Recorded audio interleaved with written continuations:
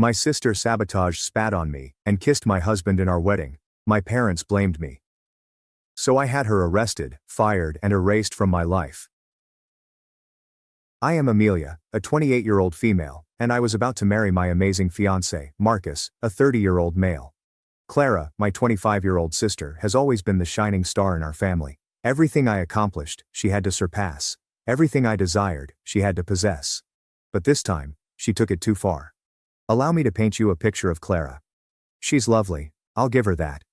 Blonde hair, blue eyes, the type of person who never had to work for attention since it was always readily available. Our parents revered the land she walked upon. When Qley received a C in college, people praised her efforts. When I graduated summa cum laude, many asked why I wasn't more well-rounded like Qley. When Qley was arrested for drunk driving at age 22, they blamed the system and hired the best counsel money could buy. When I was promoted to senior manager at my marketing agency, they asked whether I was confident I could handle the stress, and suggested I focus on finding a husband instead. You get the picture.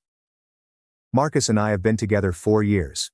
He proposed on a beach in Hawaii during our spring vacation last year, and it was wonderful. He's nice, humorous, and accomplished, but most importantly, he sees me for who I am. Not as Qley's older sister, not as the responsible one, just me. When we announced our engagement, my family's first query was not, "Congratulations," but, "Does Clara approve of him?" I should have noticed the red signals. The wedding planning process was a nightmare. Qley involved herself in every choice. She obviously wanted to be maid of honor, despite the fact that Sophie, my best friend since high school, had been my closest confidant. She requested clearance on the color scheme because, what if it clashes with my complexion? She even suggested we alter the location because the original one was not elegant enough for our family's standards. But the real kicker came 2 months before the wedding, when Clara began making remarks about Marcus. "He's so funny, Amelia, you're lucky to have him. Marcus really gets my sense of humor. We have so much in common." She began popping up unannounced at our place, always when Marcus was present. She'd wear low-cut tops and short skirts, laugh too loudly at his jokes, and make reasons to touch his arm or shoulder. Marcus told me about it right away. "Your sister's being really weird," he commented one evening after Qley had spent 3 hours at our house, ostensibly assisting with wedding invites but actually monopolizing his time. "She keeps making these comments about how we'd make a good couple, and today she asked me what I'd do if I'd met her first." I confronted Clara about it. "Big mistake, Amelia, you're being paranoid," she remarked, with that innocent smile that had always kept her out of trouble. "I'm just trying to bond with my future brother-in-law. Isn't that what families do?" When I brought it up with our parents, they dismissed me completely. "Clara's just excited about the wedding," she remarked. "You're being jealous and possessive. It's not a good look on a bride." Dad was worse. "Your sister is young and social, stop reading into everything. Marcus chose you, didn't he?" The rehearsal dinner was held the night before the wedding at a lovely downtown restaurant. Clara delivered a maid of honor speech that was supposed to be about me, but became entirely about her.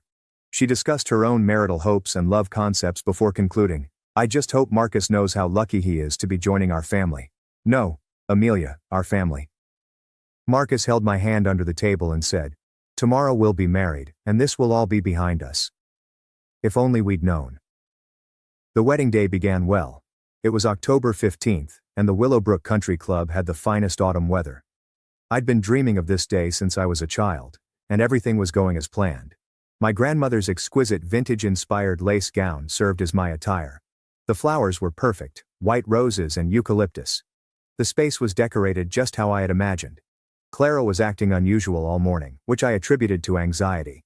She continued giggling and saying bizarre things like, "This is going to be such an interesting day, and some people are going to be so surprised." I was too preoccupied with my own enjoyment to pay any attention. The ceremony was amazing. Marcus looked stunning in his navy suit, and as I walked down the aisle, the love in his eyes made me feel like the only woman in the world. We exchanged vows we'd written ourselves, and there wasn't a dry eye in the house, except for Clara, who appeared to be scheming something.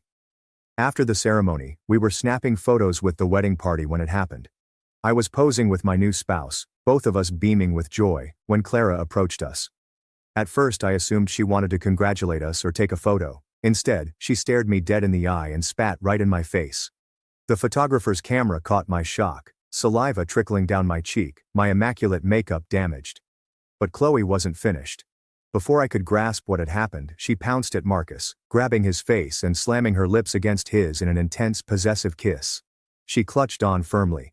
Marcus was surprised for a time and couldn't react. When he finally pushed her away, she smirked. "Congratulations, brother-in-law," she murmured softly, as if nothing had occurred. The entire bridal party froze in disbelief.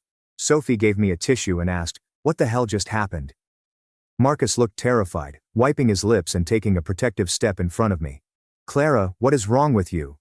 I managed to cry, my voice quivering with wrath and embarrassment.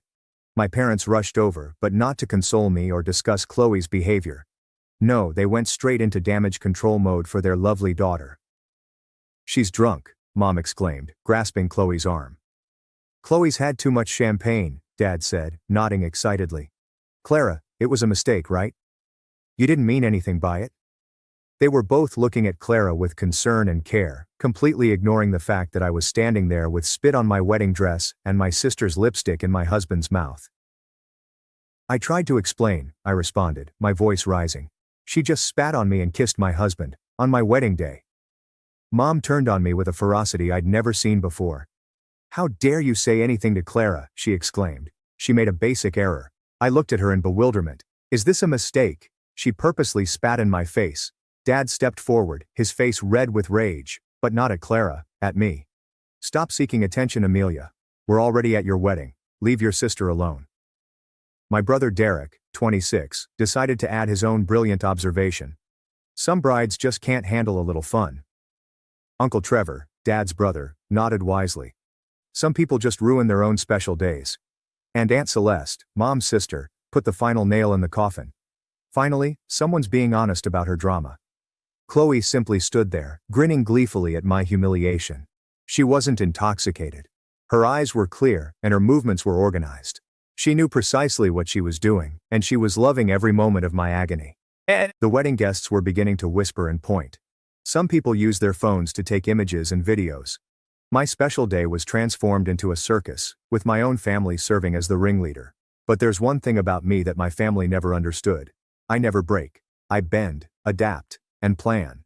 And something clicked into place as I looked at their expressions, seeing their blatant disregard for my sentiments and their shielding of Qley's reprehensible behavior. I remained calm.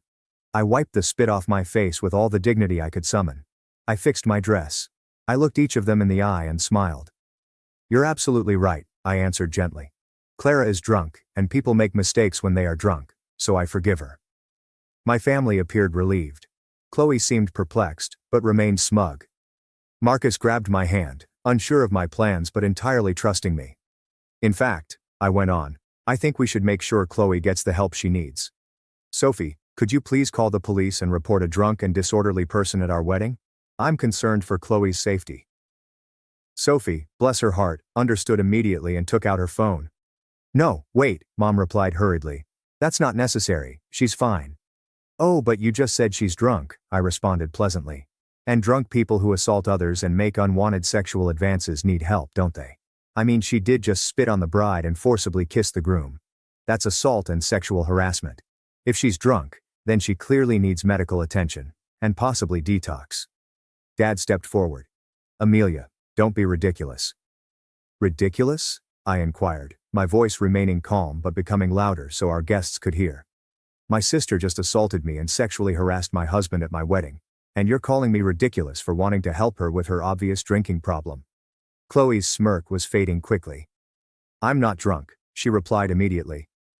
"Oh?" I asked, turning to her with furrowed brows. "So you deliberately spat on me and kissed my husband without being impaired? Well, that's even worse, isn't it?" The crowd was growing now, and I could see several of Marcus's family members looking horrified by the situation. His mother, Paula, was filming everything with her phone. "Clara, honey, just say you're sorry and that you were confused," Mom said urgently. But I wasn't finished. Not even close. "Actually, you know what? I think we need to address this properly. Marcus, darling, do you want to press charges for sexual assault?" Marcus, who had been silently enraged the entire time, stepped forwards. "Yes," he said forcefully. "Yes, I do. I did not consent to that kiss, and I want it on record." "Amelia," Dad hissed, "stop this nonsense." "Nonsense?" I laughed, and it wasn't a pleasant sound. Let me tell you what's nonsense, Dad. Nonsense is spending $30,000 on a wedding only to have my sister assault me and my husband while my family defends her. Nonsense is being told I'm attention-seeking on my own wedding day. Nonsense is being told to leave my sister alone after she just publicly humiliated me. I turned to face the assembled guests, who were watching things develop like the world's most awkward reality show. Ladies and gentlemen, I apologize for this disruption. As you can see, my family believes that spitting on the bride and kissing the groom without consent is just fun, and that I'm being dramatic for objecting to it. I want to thank you all for being here on what should have been the happiest day of my life. The crowd's noise grew louder. People were plainly uncomfortable and began to side with me. Several of Marcus's relatives were shaking their heads in disgust at my family's actions. Sophie had called the police, and I could see 2 cops approaching the area. Qley spotted them as well and began to fear. "Amelia, please," she pleaded, losing her assertive tone. "I was just joking around." "Joking?" I inquired. "So, you're not drunk. You're just someone who thinks assault is funny." Cop Morales, the lead cop, approached us and inquired as to the nature of the matter. "My sister assaulted me by spitting on me during my wedding ceremony, and then she sexually assaulted my husband by kissing him without consent," I quietly whispered. "My family is claiming she's drunk, and that it was a mistake, but she just admitted she was joking around, which means she was sober, and did it deliberately." Officer Morales examined my soiled garment before turning to Marcus, who nodded grimly. "I did not consent to that kiss, and I want to press charges," Marcus stated unequivocally. "This is ridiculous," Mom exclaimed. "Officers, this is just a family misunderstanding." "Ma'am," Officer Morales answered respectfully. "Assault is assault, whether it's family or not. And if alcohol is involved, that doesn't excuse the behavior, it makes it worse." They questioned multiple witnesses, including the photographer, who showed them photos of the entire affair. The proof was pretty damning. But I wasn't finished yet. Definitely not. While the authorities were dealing with Qley, who was now crying and claiming everything was a misunderstanding, I approached the DJ booth and requested the microphone. "Ladies and gentlemen," I continued, my voice clear over the sound system. "I want to thank you all for being here today. However, I need to address what just happened." The entire reception went silent. Even the catering workers paused to listen. "My sister Qley just spat on me and kissed my husband without his consent. When I objected to this treatment, my parents defended her actions and told me I was being dramatic and attention-seeking. They said I was ruining my own special day by objecting to being assaulted." I could see my parents' faces become red with shame and anger, but I persisted. "I want everyone here to understand something. I have spent my entire life being told that Qley's feelings, Qley's needs, and Qley's behavior are more important than mine. I have been told to be understanding, to be forgiving, to be the bigger person. Well, today, on my wedding day, I'm done." The crowd had gone utterly silent. You could have heard a pin drop. "Clara, Mom, Dad, Derek, Uncle Trevor, Aunt Celeste, you are no longer welcome at my wedding. Security will escort you out. Furthermore, you are no longer welcome in my life."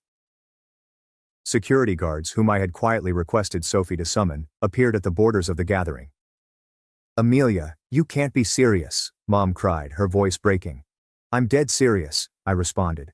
"I've spent 28 years watching you prioritize Qley over everything else, including basic human decency. Today was the last straw." Officer Morales was now handcuffing Qley. She was crying and imploring. All traces of her former smugness were vanished. "This isn't over," she screamed as she was dragged away. "You'll regret this." "No," I responded, staring her in the eyes. "I really won't." Dad attempted to approach me, but Marcus stood between us. "You heard my wife," he replied forcefully. "You need to leave." "This is insane," Dad exclaimed. "Over a little mistake." "Mistake?" I chuckled bitterly. "Dad, your daughter spat on me and sexually assaulted my husband at my wedding. The only mistake here is that I ever expected you to act like actual parents instead of Qley's personal PR team." Security pulled them all out, and I could hear Mom crying and Dad screaming about how I was ruining the family as they were dragged away. Derek yelled at me for overreacting, and Uncle Trevor called me vindictive. Aunt Celeste was loudly stating that I had always been envious of Qley. Once they were gone, something spectacular happened. The wedding was just amazing. Our remaining guests, Marcus's relatives and actual friends, rallied around us and showed us amazing support. His mother, Paula, gave me her lipstick to do my makeup. His father, Raymond, gave a toast about how delighted he was to welcome me into a family that valued me. Sophie arranged for the photographer to retake our wedding party images without my toxic family members. The greatest part, 3 of my cousins, who had been watching this spectacle unfold with rising disgust, approached me during the reception. "Amelia," my cousin Leah said, "we've been wanting to say this for years. Your parents' treatment of you compared to Qley is absolutely disgusting. We're proud of you for finally standing up for yourself." "Miles," my cousin continued, "we've all talked about it behind closed doors. Qley is a spoiled brat, and your parents enable her constantly. What she did today was unforgivable." Even my grandma, my father's mother, who was 89 and had been silently observing everything, approached me during the father-daughter dance that Marcus's father performed with me. "I'm proud of you, sweetheart," she said quietly in my ear. "I've been watching this family dynamic for decades, and it needed to stop. You did the right thing." However, the real vengeance had only just begun. You see, while Qley was detained and my parents were being led away, I wanted Sophie to do something extremely particular. I gave her a list of phone numbers and instructed her to make several calls. Trent, Qley's 2-year boyfriend, had to leave town for work and was unable to attend the wedding. Sophie called to inform him that his girlfriend had just been arrested for assault and sexual harassment during my wedding. Trent, who had clearly had his own suspicions about Qley's behavior, promptly broke up with her over the phone and informed Sophie that he would be taking up his belongings from her apartment the next day. Sophie also contacted Qley's employment. Qley worked in a high-end boutique that took pleasure in its reputation and class. They were disappointed to learn that one of their staff had been arrested for assault at a family wedding. Sophie was sure to add that there was photographic and video proof, which may show up on social media. Sophie called the local newspaper Society reporter, who was already planned to cover our wedding because Marcus's family is well known in the neighborhood. Jenna Sharp, a reporter, was highly interested in the tale of a maid of honor who was arrested for assaulting the bride. The next morning, while Marcus and I were enjoying our first day as a married couple in our hotel suite, my phone began ringing non-stop. Clara made the first call from jail. "Amelia, you have to help me," she pleaded. "They're saying I might be charged with assault and sexual harassment. I could go to jail. I could lose my job. Trent broke up with me. Please, you have to drop the charges." "Clara," I said, "you made your choice when you decided to assault me and my husband at my wedding. Now you get to live with the consequences." "But I'm your sister," she cried. "Sisters don't spit on each other's faces," I told her. "Sisters don't sexually assault each other's husbands. You stopped being my sister the moment you chose to humiliate me on the most important day of my life." I answered the phone. The second call came from Mom. "Amelia, how could you do this to your own family?" She was weeping. "Clara is in jail. Do you know how embarrassing this is?" "Do I know how embarrassing this is?" I asked incredulously. "Mom, your daughter spat on me at my wedding, on camera, in front of 200 people, and you're worried about embarrassment?" She made a mistake. People make mistakes. "No, Mom, mistakes are forgetting to RSVP to a party or wearing the wrong color shoes. Assault is a choice. And your choice to defend her instead of me tells me everything I need to know about what I mean to this family." I responded by hanging up. Dad called next, and he was furious. "Amelia, I don't know what's gotten into you, but this vindictive behavior needs to stop. Your sister needs help, not jail time." "You're right, Dad. She does need help. Professional help. And maybe some time to think about her actions will provide that. This is going too far. Dad, let me ask you something. If Qley had spat on and sexually assaulted a stranger at their wedding, would you be defending her behavior?" There is silence.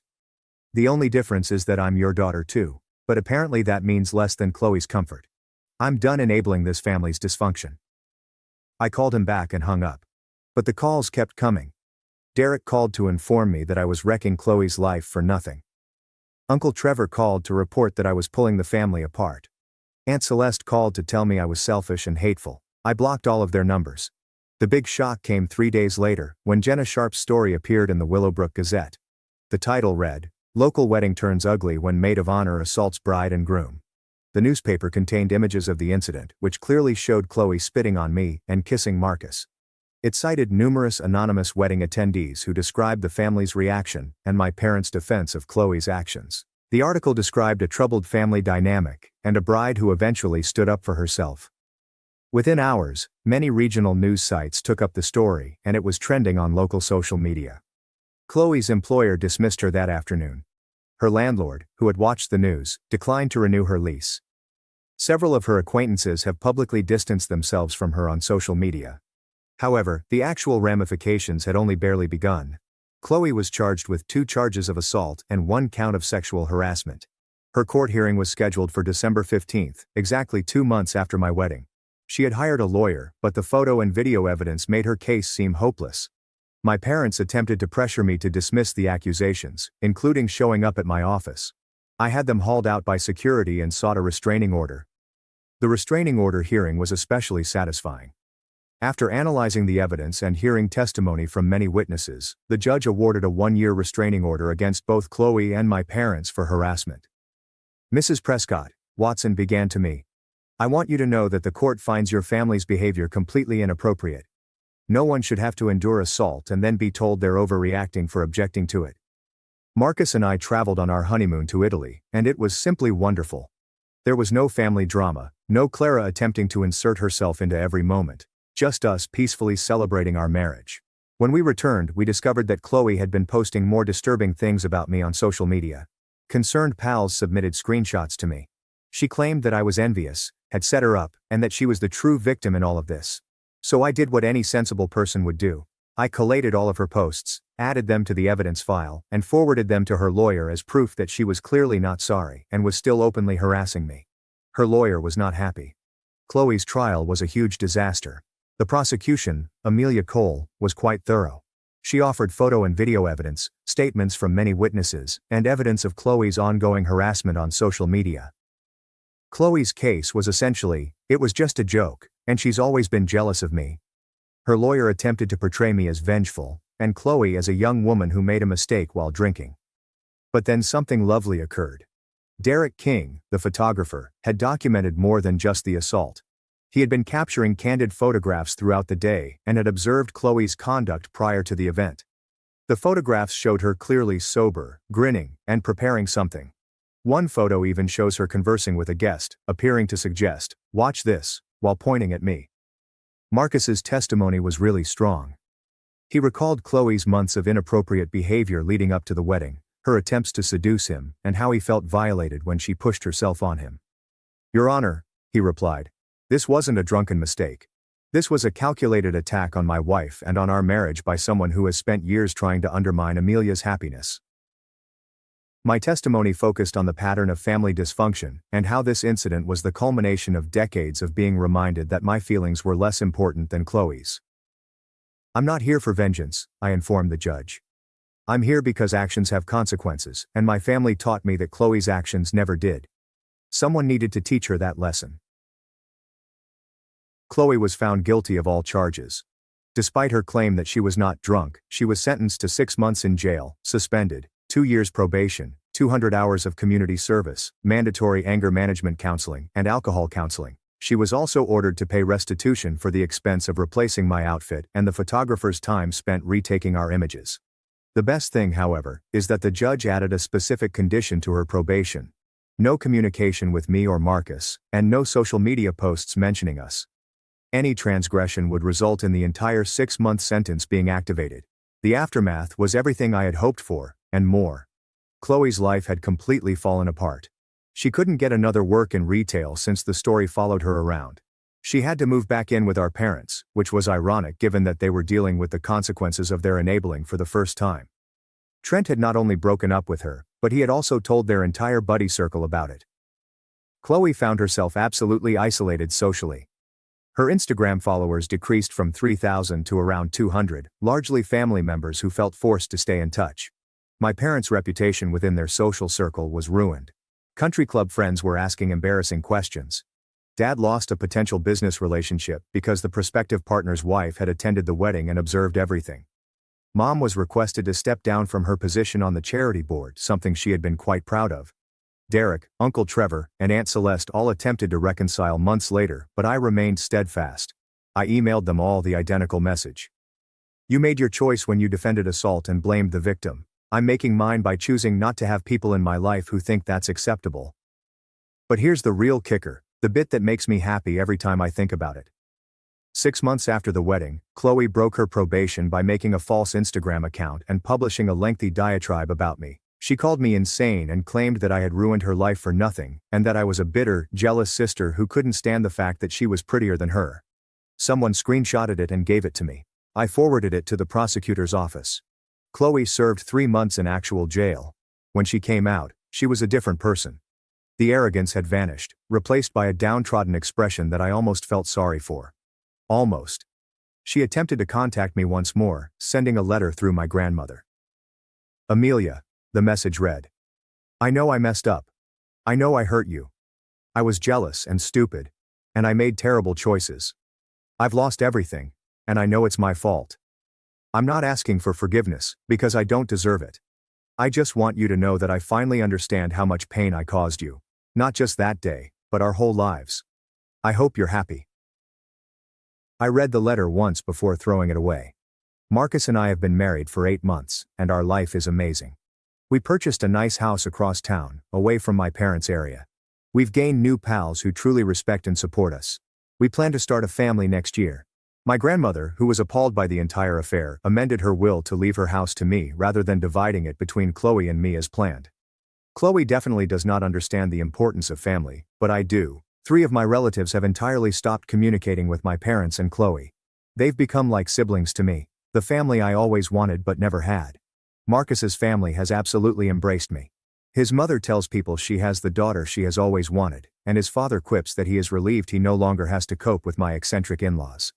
Last month, I was promoted at work to regional manager. When I called to tell someone the wonderful news, I discovered I had called Marcus's mother, rather than my own. That's when I realized how much better my life was without my poisonous family. I heard through the grapevine that Qley eventually got a work at a grocery shop 2 towns away. She lives in a studio apartment and, according to my cousin Leah, has acquired a lot of weight. She rarely leaves her apartment, except for work. My parents are supposedly visiting a marriage counselor because the stress of the situation has produced huge problems for them. Dad accuses Mom of raising Qley incorrectly, while Mom accuses Dad of failing to support the family when it was most needed. They are both correct in certain ways. The funny part, around 4 months after the wedding, Mom attempted to send me a Christmas card as if nothing had occurred. Inside was what she'd written. We miss you. Clara is doing much better now. Maybe it's time to put this behind us. Love, Mom and Dad. I returned the package with the following comment. You missed my point entirely. The problem was never Qley's behavior alone. The problem was your response to it. You taught me that my feelings don't matter, and that I should accept mistreatment for the sake of family peace. I finally learned that lesson. Just not the way you intended. I never heard back, but the consequences of that day continued to spread in ways I hadn't expected. Word of what happened spread across our area, and people began to come forward with their own stories about Qley's behavior over time. Apparently, I wasn't the only one she had targeted. Sophie told me that 3 other women from high school had contacted her after viewing the television coverage. One student, Anna, informed Sophie that Qley had purposefully damaged her senior year relationship with her boyfriend by circulating false information about Anna's adultery. Another girl, Renee, said Qley stole her scholarship essay and presented it as her own, costing Renee a full ride to college. Monica, a third person, said that Qley had keyed her car after Monica was voted as prom queen over her. The pattern was evident, and it had been ongoing for decades. Qley was a predator who preyed on anyone she perceived as competition or who possessed what she desired. The difference this time was that she targeted someone who actually fought back. Caleb, Marcus's best man, also said something that made my blood boil. Qley apparently showed up uninvited to the bachelor party 2 weeks before the wedding. She confronted Marcus in the bathroom, telling him that I was not the proper woman for him and that she could make him much happier. Marcus had told her to leave, Caleb answered, and had mentioned it to me, but hadn't wanted to upset you before the wedding. I should have told you, Marcus replied when Caleb eventually disclosed the truth. But I thought if I just ignored her, she'd get the hint. It's not your fault, I told him. Clara is a master manipulator. She spent years learning how to push boundaries and get away with it because everyone always makes excuses for her. This revelation gave me even greater confidence that I had made the right decision. Clara had not assaulted us on a whim. She had planned to undermine my marriage for weeks, if not months. Some people have asked me if I regret how I handled things, if I believe I went too far, and if I miss my family. The response is no, no, and occasionally, I do not regret standing up for myself. I don't regret refusing to accept that attack is simply enjoyable. I don't regret prioritizing my dignity over my family's comfort. Do I ever miss the idea of having a loving and supportive family? Of course. But I can't miss something I've never had. What I had was a bunch of people who regularly opted to put one person's comfort ahead of everyone else's fundamental human rights. Clara taught me a crucial lesson that day, but not the one she meant. She taught me that certain people will push the boundaries until someone says no. She taught me that enablers are just as harmful as the people they support. She also taught me that if you stop picking up trash, it will occasionally take care of itself. Marcus and I are thriving. We are arranging a vow renewal for our first anniversary, and we will only invite people who truly love and respect us. My guest list is shorter now, but it is much better. As for Clara, I last heard she was still working at that grocery shop, living alone, and dealing with the consequences of her decisions. My parents supposedly visit her every Sunday, and according to my cousin Leah, these trips usually finish with Clara wailing about how terrible her life is, and my parents agreeing that I am horrible for not letting this go. They still don't understand it. They probably never will. But I do.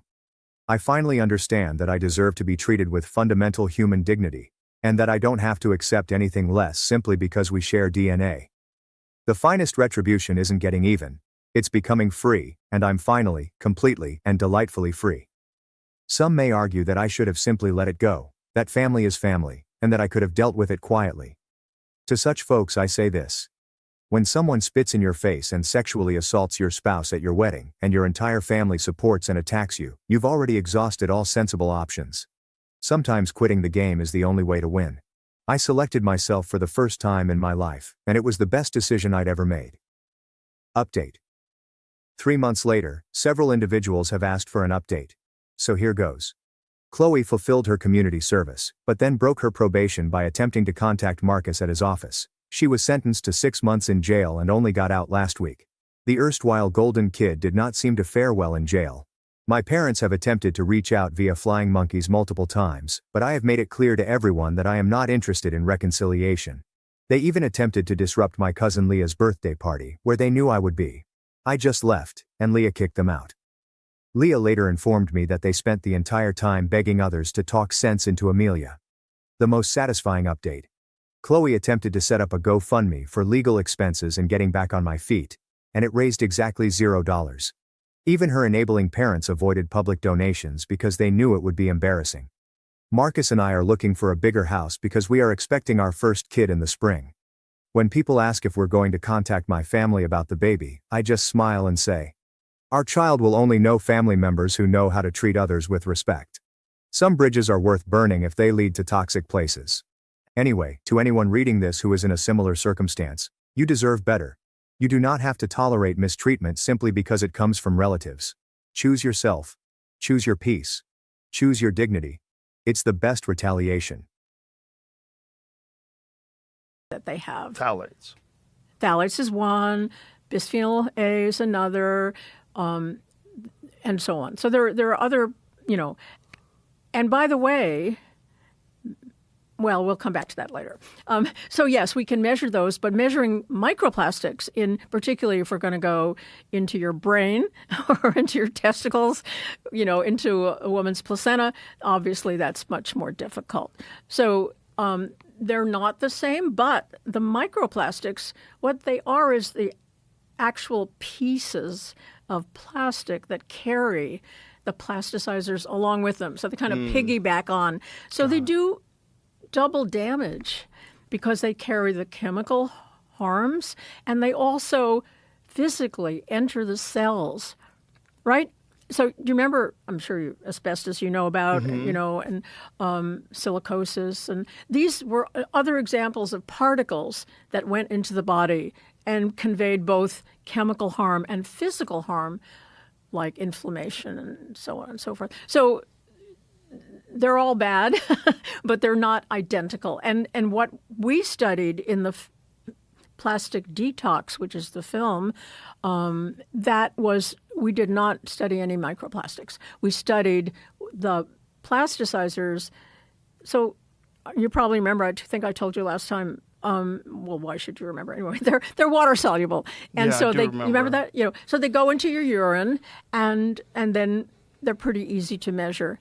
So I'm going to give this to you. This is a kit. Open her up. I'll tell you what. Okay. Learn what's inside. All right. It looks like you pee in that. Okay. That's right. Keep going. And there's more stuff in there? Yep. Okay.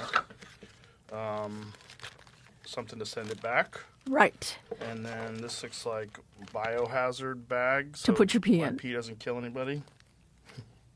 and, and this is, it's got a QR code on it. Say hello to a healthier you. So those are ways to find out ways to lower your exposure. Okay. Yeah. I know a lot of people get these harmful chemicals from drinking coffee, hot liquids, out of paper cups. Yeah, from the paper cups that are lined with, for example, bisphenols. But the coffee itself is made most coffee makers contain a lot of plastic also. Right. So it comes in both the cups and in the device that's making That's the why coffee. we use metal and That's just good. make a French Yeah, press. yeah, I do yeah. that at home too. I Yeah. got rid of my plastic Me too. coffee machine. Me too. I was So- thinking about it. I was like, why am I pouring hot water into this Right? plastic thing? That can't be good. Yeah, and it doesn't taste as You're good. learning. French press tastes better anyway. So here's my suggestion. If you're willing to do this, I am willing to do this. you are. Good, Yes. cool. So not hard. Okay, Pee in the cup, send it in. Then got it. my colleague Genoa and her team will analyze it for not everything in the world, but the bisphenols, the phthalates, and the parabens. Okay. That's what they're going to be adding pesticides soon, and that would be great to have that as well. Then, if you want to go to phase 2, I have some things here that you could swap in your kitchen, and you could go to that QR code and find out other things that you could reduce. And then, if you wanted to, we could send you another kit, and you could see if your levels changed. Okay, You want to do that? I would love to do that. Yeah.